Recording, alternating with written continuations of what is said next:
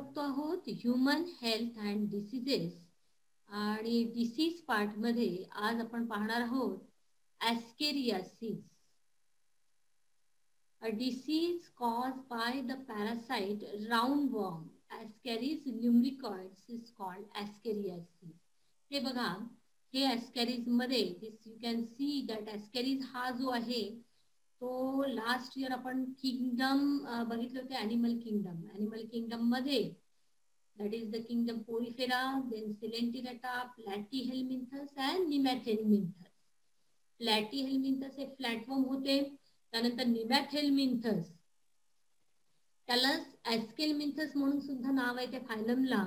निमॅथेलमिंथस, निमॅटोडाच्या under येणारे दिस is the parasitic हे राऊंडवर्म आहे. ही राऊंडवर्म कॅटेगरी जी आहे ॲस्केलमिंथस म्हणून पण त्या फायलमला कन्सिडर केलं जातं. तर ॲस्कॅरिस हे स्पेशल एक्झाम्पल आहे पॅरासिटिकचं. Parasite is the parasitic mode of nutrition. मध्ये सुद्धा पॅरासाइट आपण कोणाला म्हणतो की जे रेडीमेड ब्लड वर फीड करतात, त्यांना blood as a meal readymade form मध्ये मिळते, ते झाले पॅरासाइट. आणि त्या पॅरासाइटचे दोन प्रकार आपल्याला माहिती की ecto and endo. Ecto parasite जे बाहेरून ब्लड सक करतात, externally. Endo parasite those who suck blood from live inside the body, okay, on the blood, ते झाले एंडो पॅरासाइट. मग त्याचं बेस्ट एक्झाम्पल आपण नेहमी बघत असतो ॲस्कॅरिस. तर हे ॲस्कॅरिस लिम्ब्रिकॉइड्स हे पॉझिटिव्ह एजंट आहे. This is the roundworm coming under the category. आपण पाहिलं की फायलम कोणतं आहे. त्यानंतर पॅरासिटिक दिस ॲस्कॅरिस लिम्ब्रिकॉइड्स, याचं स्ट्रक्चर आपण पाहणार आहोत. ते इथे सेपरेट फीचर, इथे तुम्हाला मेन फीचर दिसते आहे की male and female sexes are the separate. याच्यामध्ये मेल आणि फिमेल स्पेशली तुम्हाला लक्षात येते. फिमेलचा हा जो पोस्टेरियर एंड आहे याला माउथ आपण अँटेरियर पोर्शन म्हणतो. This is the posterior portion. तर main differences you can see on the basis of the diagram. तर इथे अँटेरियर पोर्शन, पोस्टेरियर पोर्शन. तर फिमेल कशी दिसते as compare to male it is a longer. आणि male मध्ये हा जो टेल पोर्शन आहे थोडासा कर्व आहे, फिमेल मध्ये कसा आहे स्ट्रेट आहे. तर हे डिफरन्सेस आहे मेल आणि फिमेल मध्ये. हे जे मॉर्फोलॉजिकल फीचर्स आपण बघू तर याच्यामध्ये आपल्याला या पद्धतीने दिसते की female is larger as compare to the male. आता स्ट्रक्चरल काही फीचर्स आपण बघू. Ascaris is a long cylinder roundworm which is tapered at both the ends. Then body is covered with thick extracellular cuticle secreted by cellular or sessile epidermis. Then gut is complete with terminal anterior mouth and subterminal posterior anus. याचा अर्थ काय की system level organisation इथे दाखवते. आता हे nematode आहे ॲस्केलमिंथस मध्ये. या ॲस्कॅरिस मध्ये डायजेस्टिव्ह सिस्टम कशी आहे कम्प्लिटली डेव्हलप झालेली आहे. From anterior mouth to posterior anus region. So this is the digestive system. The gut it is complete. Okay. Then next mode of transmission. आता हे ट्रान्समिट रिप्रोडक्शन पण आपण पाहिले की सेक्शुअल रिप्रोडक्शन आहे त्याच्यामध्ये. आणि दिस मोड ऑफ ट्रान्समिशन कशा पद्धतीने हे ट्रान्समिट करतात, that is the disease. Eggs of these parasites are excreted along with the feces of infected person. ज्याच्या बॉडीमध्ये हे ॲस्कॅरिस हे झालेले आहे, त्यानंतर त्या ह्युमन बीइंग ज्या वेळेला एक्सक्रीट करणार then at that time eggs of these parasites excreted along with infected feces of infected person and which contaminate the soil, water, plant etc. त्यामुळे सॉइल मध्ये, वॉटर मध्ये, प्लांट्स मध्ये त्यामुळे कंटॅमिनेटेड वॉटर आहे. Contaminated water in the rainy season you know because most in India that is the condition is very poor, that defecation in the open. So in that condition rainy season, so drinking water is the main source and soil is also the source. That a healthy person it acquires this infection through this contaminated water म्हणा किंवा त्याच water मध्ये काही vegetables raw material जर growth झाले असतील तर on that basis this vegetables किंवा fruits it should be washed proper during this rainy season. Otherwise there is the transmission of such type of this infection. तर हे जे इन्फेक्शन ट्रान्समिट व्हायला वेळ लागत नाही. बरेच वेळा आता आपण पाहतो soil is the main source. बरेच वेळा लहान मुलं माती खाताना आपण पाहतोय, तर आपण म्हणतो की ठीक आहे कॅल्शियम त्याच्यातून मिळते, पण कॅल्शियम जरी त्याच्यामध्ये सॉइल मध्ये असलं तरी सुद्धा soil is the main source of infection. So that's why we should avoid this soil to eat. बरेच जणांना सॉइल इटिंगची सवय असते, त्यामुळे soil though it is a source of calcium, but it is a more source of the that is the eggs of these parasites. Now you come to know. So this is the mode of the transmission. मग आता हे symptoms काय आहे याच्यामध्ये, naturally causes internal bleeding सुद्धा होऊ शकते, कारण की main thing is a blockage. ज्या वेळेला ते जर्म्स आतमध्ये एग्स लार्वीमध्ये कन्वर्ट होणार, लार्वी त्यानंतर मोठ्या प्रमाणात मल्टिप्लिकेशन करून तिथे ब्लॉकेज क्रिएट होईल. मग ज्या पार्ट मध्ये एंटर होईल तो नॅचरली काय होईल, ऑब्स्ट्रक्ट होईल, तिथे ऑब्स्ट्रक्शन क्रिएट होईल आणि बरेच काही प्रॉब्लेम्स त्याच्यातून क्रिएट होऊ शकतात. इंटरनल ब्लिडिंग झाल्यामुळे ॲनिमिया होणार, त्यामुळे तिथे जे सेल्युलर सेल्स ज्या डॅमेज झालेल्या आहेत त्याच्यातून ब्लिडिंग होईल. ब्लिडिंग झाल्यामुळे ब्लिडिंगशी रिलेटेड ॲनिमिया सिम्पटम्स इंडिकेट करते. मसल्स मध्ये ते झाल्यामुळे मस्क्युलर पेन आहे, फीवर आहे. फीवर हे main basic symptoms. Then vomiting, okay, because the main place is the intestine. So this parasite it resides in the intestine. त्यामुळे डायजेस्टिव्ह प्रॉब्लेम्स त्याच्यामध्ये naturally create होणार. Blockage of the intestinal passage, कारण स्टार्टिंगला ते enter होतात duodenum मध्ये, jejunum, हे जे पार्ट्स आहे इंटेस्टाइनचे. So intestinal passage it is block and this because of blockage of the intestinal passage, such type of the symptoms we can find out. So observation of live worms in the stool, अशा conditions मध्ये जेव्हा असे symptoms दिसायला लागतात तेव्हा स्टूलचं observation करून त्याच्यामध्ये हे जर्म्स जर लाईव्ह फॉर्म मध्ये जाणवले, so naturally it is the ॲस्केरियासिस.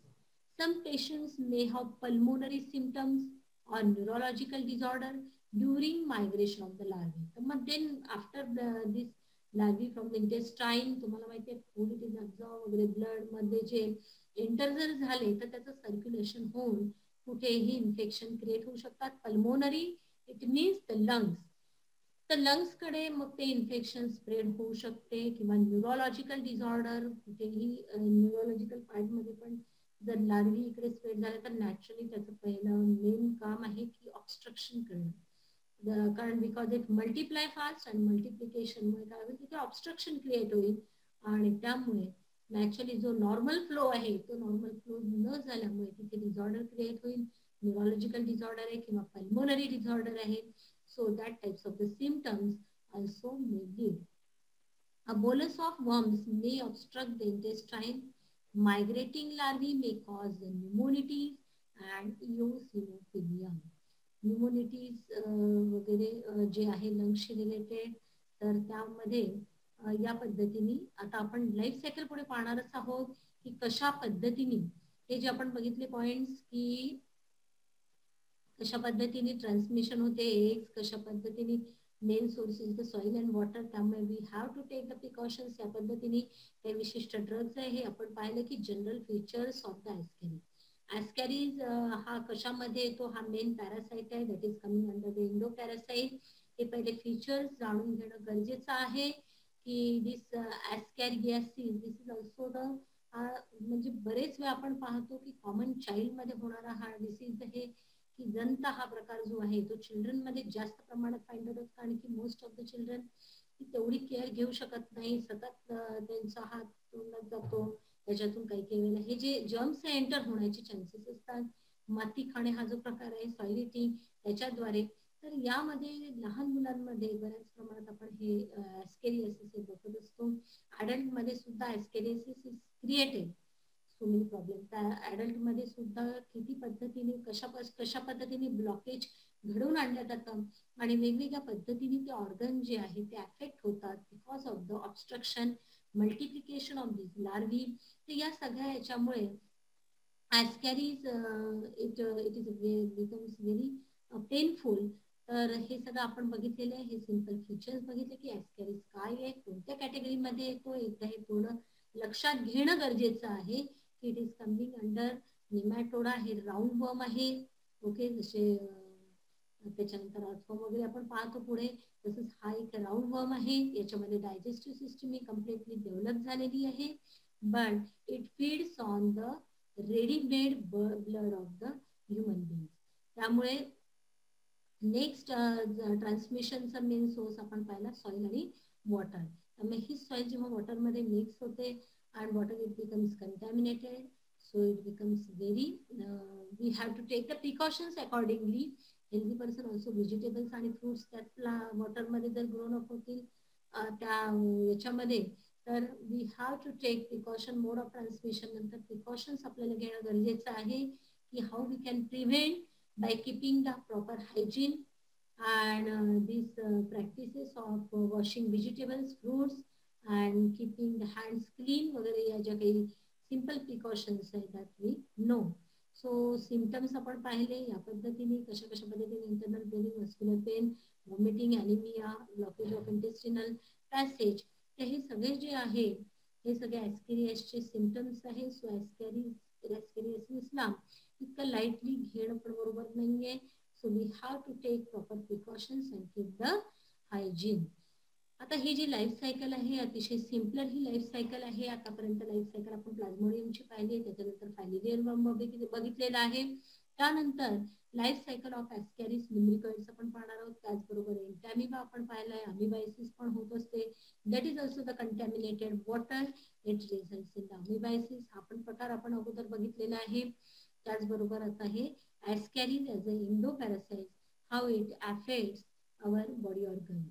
तर काय काय ऑर्गनला अफेक्ट करू शकतात इथे दिलेलं आहे. Cycle it is also the simple in a simpler form. This cycle it is given. बघा सॉइल हे जे आहे सॉइल किंवा contaminated food, these are the that is the sources. तर सॉइल म्हणा किंवा कंटॅमिनेटेड फूड जे आहे यामध्ये काय असतं, इन्फेक्टिव्ह लार्वा जी आहे it develops within the egg. जे एग्स आहेत ते ॲस्कॅरिसचे, त्या एग्स मध्ये ही जी इन्फेक्टिव्ह लार्वा असते. त्यामुळे सॉइल आणि कंटॅमिनेटेड फूड याद्वारे ज्या वेळेला स्वॅलोइंग आपण करतो ते फूड ज्या वेळेला ह्युमन बिंग मध्ये एंटर झाल्यानंतर त्याचं कम्प्लीट डायजेशन होत फूडचं म्हणा किंवा ते वॉटर आहे सॉइल आहे तर हे एंटर होणार डायजेस्टिव्ह सिस्टीम मध्ये. Then intestine is the main part जिथे eggs that is the pass होतात डिओडिनम. त्याचे जे इंटेस्टाईनचे स्मॉल इंटेस्टाईनचे जे पार्ट्स आहेत ileum, jejunum, duodenum and this is ileum, jejunum, duodenum. हे जे पार्ट्स आहेत ओव्हरऑल इंटेस्टाईनचे तर यामध्ये हे जे एग्स आहे डिओडिनम मध्ये एंटर होतात. पुढे ते जेजुनम मध्ये ते लार्वी जे आहेत त्या मल्टिप्लाय होतील आणि त्यानंतर इंटेस्टाईन मधून जशा त्या ब्लड मध्ये एंटर होतात. ब्लड मध्ये एंटर झाल्यानंतर थ्रू द सर्क्युलेशन त्या लार्वी कुठेही मूव्ह होऊ शकतात. सपोज फॉर एक्झाम्पल हार्ट आहे. आता ब्लड जे आहे ते तुम्हाला माहिती आहे कलेक्शन होते पूर्ण हार्ट मध्ये राईट साइड जी आहे. मग राईट आपण हार्टचं स्ट्रक्चर ऑलरेडी शिकलेलं आहे की राईट चेंबर जे आहे upper and lower, upper atrium, lower ventricle. मग आता जर हे जे ब्लड हार्ट मध्ये आले तर राईट कडून जी एंट्री होते फर्दर ती लंग्स कडे होते. ओके, जी राईट व्हेंट्रिकल मधून पल्मोनरी आर्टरी जी जाते लंग्स कडे, त्यामुळे लंग्सला पण इन्फेक्शन होण्याचे चान्सेस राहतात. त्यामुळे येत्या लक्षात इंटेस्टाईन मध्ये मॅक्झिमम जेव्हा फूडचं ऍब्झॉर्प्शन होतं डायजेस्टेड फूडचं त्यावेळेला ब्लड मध्ये त्या लार्वी एंटर होण्याचे चान्सेस राहतात. हे जे ब्लड पुन्हा कलेक्शन होतं हार्टकडे इन द राईट चेंबर. मग राईट चेंबर मध्ये कलेक्ट झाल्यानंतर आपण पाहिलं की राईट व्हेंट्रिकल कडनं जी पल्मोनरी आर्टरी निघते ती पल्मोनरी आर्टरी लंग्स कडे जाते. त्यामुळे ब्लड मधनं इझिली सप्लाय होतात ते लार्वी जे आहेत. मग हार्टमध्ये सुद्धा ते समटाइम्स ब्लॉकेज घडवून आणू शकतात. त्यामुळे हार्टला सुद्धा प्रॉब्लेम क्रिएट करू शकतात. देन लंग्स आहे जसं आता आपण पाहिलं की पल्मोनरी ऑब्स्ट्रक्शन पण लंग्सचं स्ट्रक्चर किती अतिशय थीन आहे आतमध्ये. त्यानंतर या जर लार्वी जर लंग्स मध्ये जर तिथे हे झाल्या तर तिथे ते ब्लॉकेज घडवून आणतील. त्यामुळे लंग्स म्हणजे पल्मोनरी ब्लॉकेज आता आपण पाहिलं की pulmonary part it also gets affected म्हणजेच लंग्स. त्यानंतर ट्रकिया जी आहे श्वासनलिका ज्याला आपण म्हणतो तो ट्रकिया, त्याच्यामध्ये जर हे तिथे स्थिर राहिले हे जे लार्वी आहे तिथे जास्त प्रमाणात हे झालं ब्लॉकेज जर झालं या लार्वीद्वारे ती ट्रकिया जी विन पाईप आहे तर तिथे naturally it means get difficulty, okay, for the passage of the air, कारण की जे ऑक्सिजन आपण घेत असतो एअर थ्रू, तर तो जो ऑक्सिजन, तर त्यामुळे शॉर्ट ब्रीथ वगैरे हे असे सिम्पटम्स आपल्याला जाणवतील because of the blockage of the trachea. So many factors, so many organs it get affected because of such larvae, how it is passes easily. त्यामुळे कशा कशा पद्धतीने त्याचं पासिंग होते हे इथे तुम्हाला दिसतंय. त्यामुळे ट्रकिया म्हणजे विंड पाईप जर ब्लॉकेज झाली तर विंड पाईप ब्लॉकेज झाल्यामुळे it leads to short breath. त्यामुळे फॅरिंग्स मध्ये पण प्रॉब्लेम येईल. आणि सोबतच जर sometimes if it is swallowed again, ज्यावेळेला आपण स्वॅलो करतो तो इसोफेगस जो पार्ट आहे ट्रकियाच्या मागे जो इसोफेगस आहे, ते इसोफेगस मध्ये जर ब्लॉकेज झाला तर अगेन इसोफेगस किंवा तिथे पण प्रॉब्लेम्स क्रिएट होईल. इसोफेगस मधून इट इज स्वॅलोड इन इंटेस्टाईन. तर ज्या वेळेला हे जे आहे तर या पद्धतीने ही सायकल चालू राहते. इसोफेगस मधून एंटर होईल परत इंटेस्टाईन मध्ये. इंटेस्टाईन मध्ये हे जे मेल आणि फिमेल इथे दिसते आहे, that is this is the male and this is the female. तर मेल आणि फिमेल हे ॲडल्ट्स आहे. हे ॲडल्ट फॉर्मेशन जे आहे adult worms in the intestine, हे ॲडल्ट जे आहे इट लेज एग. पुन्हा तीच प्रोसेस चालू होणार की याच्यामध्ये जेव्हा इंटेस्टाईन मध्ये एंटर झालेले आहे हे जम्स तिथे ग्रोथ झाले. that is then after then he adult male female it will then fertilize, that is the further process, then fertilization, egg it is formed and these fertilized egg जे आहे ते त्या affected human being च्या feces मधनं जेव्हा enter, that is it will be exit outside, it enters in the soil and soil along with this contaminated water, contaminated food, it is again swallowed by the healthy person and when healthy person swallowed such type of these contaminated food, then these what we can say, that is the eggs enters inside again the intestine and the cycle it goes on in this manner. So in this cycle we have seen, okay, so and जे eggs आहे त्याच्यामध्ये infective larvae आहे. So larvae how it causes the blockage, it causes the obstruction and so many organs are get infected, not only the intestine. So along with the blood circulation, so many organs are get affected in the cycling of these ascaris. So हे ascaris ची ही जी simple cycle आहे यामध्ये ascaris also it may lead to many severe symptoms, chronic pain. So such type of these cycle we have seen in case of the Ascaris lumbricoides. So this is all about the Ascaris as endoparasites. So we have seen before the filaria, that is also acts as the endoparasites. So parasitic mode of nutrition. So how it is dangerous that we have seen in case two types of the worms. So many we have seen, that is the हे सगळे एंडोपॅरासाइट्स आपण पाहिलेले. या disease जो part पाहतोय आपण human health and disease मध्ये, जो डिसीज पार्ट आहे त्या डिसीज पार्ट मध्ये आपण बघतो आहोत की this is the main cycles that is of the endoparasite. तर पहिला एंडोपॅरासाइट्स आपण पाहिला entamoeba histolytica. Then we have seen the plasmodium, how the malaria it is cause by the plasmodium. प्लाझ्मोडियमचा एक सेकंड पार्ट आपण बघितला की सायकल कशा पद्धतीने प्लाझ्मोडियमची कंटिन्यू होते. and there also कसा हिपॅटिक किंवा रॅबिसीज दे गेट इन्फेक्टेड आणि सिम्पटम्स कसे मलेरियाचे दिसायला लागतात, तर तो भाग आपण बघितला. एंडोपॅरासाइट plasmodium coming under the category protista. Entamoeba histolytica, this is also protista. Plasmodium, this is also protista. Then we have seen the filarial worm and these ascaris. This is coming under the nematoda. That is this next round worm category आपण ज्याला म्हणतो. हे जे round worms आहे त्याच्यानंतर त्याच्या अगोदरची पण जी category आहे प्लॅटीहेल्मिंथस, त्यामध्ये सुद्धा जे हेल्मिंथ आहे प्लॅटफॉर्म्स आहे they are also act as endoparasites. Okay, तर many animals are the host in case of platyhelminthes. आता हे जे ॲस्केलमिंथस किंवा निमॅथेल्मिंथस मधले हे जे एक्झाम्पल आपण पाहिले त्यामध्ये फायलेरियल वर्म कॉझिंग द फायलेरियासिस किंवा लिफंटियासिस त्याची सायकल आपण बघितलेली आहे. and this one cycle of ascaris as a nematode, ascaris lumbricoid, this is the species. So this is the simple life cycle of the ascaris, but many organs how they are affected. तर याच्यानंतर बरेच काही जे diseases आहेत ते आता आपण पाहणार आहोत. काही बॅक्टेरियल डिसीजेस आपण बघणार आहोत पुढे. So this is part that we are going to continue in the next period. So here we will stop, and here we have seen that is the germs category, that is the worms category. Sorry, worms category we have seen. Now next we will see the diseases caused by the bacteria.